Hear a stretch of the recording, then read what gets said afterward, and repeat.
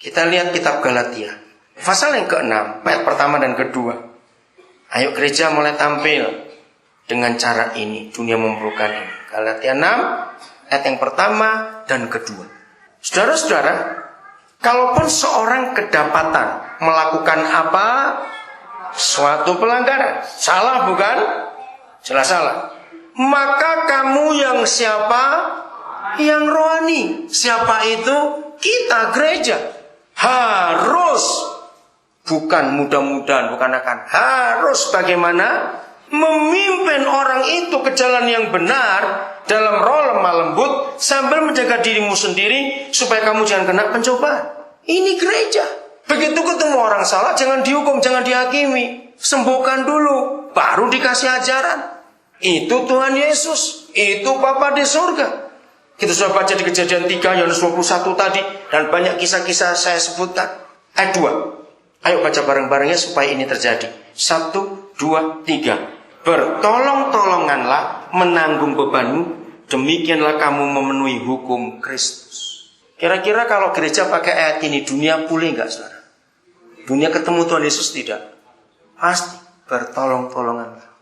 Kalau ketemu orang salah, pimpin. Tanggal 17 Maret yang lalu, saudara, salah seorang anak kami dilantik selesai S3. Itu anak yang ketiga yang kami biayai. Namanya Dorta Simamora. Dia lulus dari Brawijaya Malang. S2-nya kami sekolahkan dia di IPB di Bogor, biologi pertanian. Akhirnya dia jadi dosen, jadi guru dengan kami di Nabire.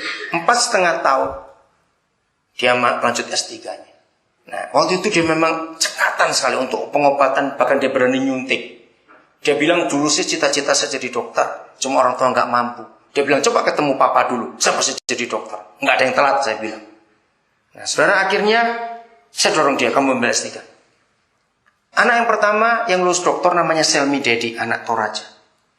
Sekarang ini dia jadi dokter satu-satunya di Kopertis wilayah 11, ahli akuntansi. Sekarang dia dipakai di Unipa, di Manokwari.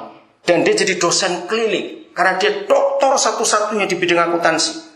Anak yang kedua itu anak sangir, namanya Febe Lumuru. Dia politik lingkungan. Kalau Selmi Dedik lulusan Brawijaya juga, Febe Lumuru lulusan UGM, Gajah Mada. Nah, ketika Dorta ini ngambil, saya mau ceritakan ini. Ayo bertolong-tolongan, menanggung beban. Dia ngambil penelitian malaria. 3 kali dia hampir drop out, saudara. Bukan karena nggak ada biaya, tapi karena dia capek. 2 profesor, satu dari Muhammadiyah, satu dari Brawijaya itu berkata, sudahlah kamu pindah saja jurusan, berat sekali ini. Karena profesornya nggak tahan lihat capeknya dia meneliti malaria. Dia mengangkat, kalau orang Sorong pasti tahu, namanya kayu kuning, saudara.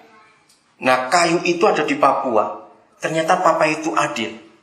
Kayu itu bisa menyembuhkan malaria. Nah, itu waktu dia penelitian, kami itu cari susahnya luar biasa. Habis uang banyak kami cari, karena harus perlu banyak. Mau dibuat ekstraknya semuanya itu. 3 kali dia berkata, nggak kuat papa, nggak kuat, maju. Tiap kali nggak kuat saya berkata, bayangkan di wajahmu anak-anak Papua yang kamu kasih. Kamu berkata waktu kamu ambil jurusan penelitian malaria, karena kamu marah kepada malaria. Kenapa malaria bunuh anak-anak Papua? Tiap kali saya ingatkan itu, semangatnya bangkit lagi, saudara. Akhirnya dia dilantik tanggal 17 yang lalu. Nah, dalam sidang itu saya kagum sekali. Seminggu sebelum dia dilantik, saudara, ternyata tesis dia itu diterima oleh ASEAN. Nanti akhir bulan April ini dia akan ke Singapura berbicara di forum kesehatan ASEAN, 10 negara ASEAN. Karena ternyata malaria pun lagi bangkit di beberapa negara di Asia ini. Nah, itu sebelum dilantik dokter. 4 hari setelah dia dilantik, jadi tanggal 21, saya dapat kabar lagi.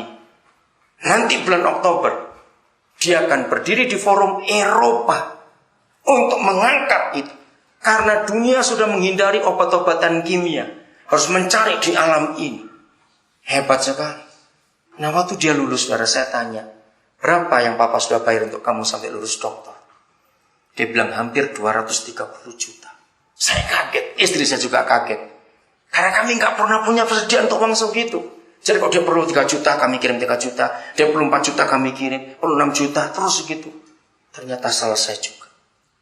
Ayo kita saling bertolong-tolongan menanggung beban ini. Untuk menyelesaikan Injil ini. Supaya semua orang tahu siapa Yesus. Lewat berbagai macam cara. Kita bersyukur ada Pak Nanang di Wamena, sekeluarga yang dipakai Tuhan. Tadi siang saya ngomong kepada beberapa orang. Kalau tahu mereka tetap mengerjakan proyek dan tidak mengurus yang lain, bisa tidak? Bisa, kenapa tidak?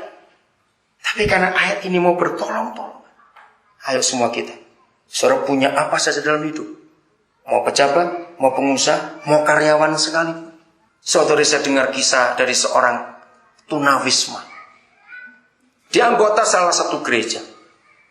Nah hari itu khotbah pendeta soal memberi, soal menolong, soal memberkati.